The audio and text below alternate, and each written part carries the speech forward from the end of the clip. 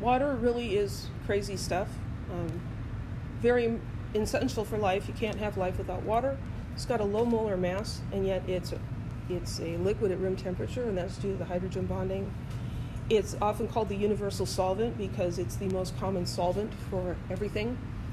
A very strange thing about water is that it expands upon expands upon freezing. So this could happen. This is a head of lettuce, and if that gets into a part of the refrigerator that's too cold and it freezes, the lettuce gets ruined.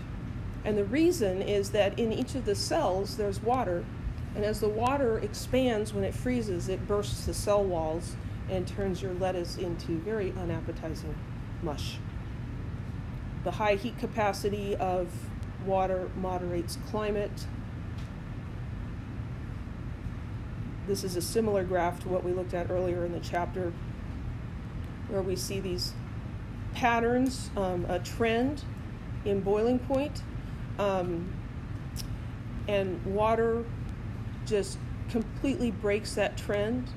If we look at the group 5 and 7 compounds, we see that HF and ammonia also break the trend significantly, and those are two other compounds that are capable of hydrogen bonding.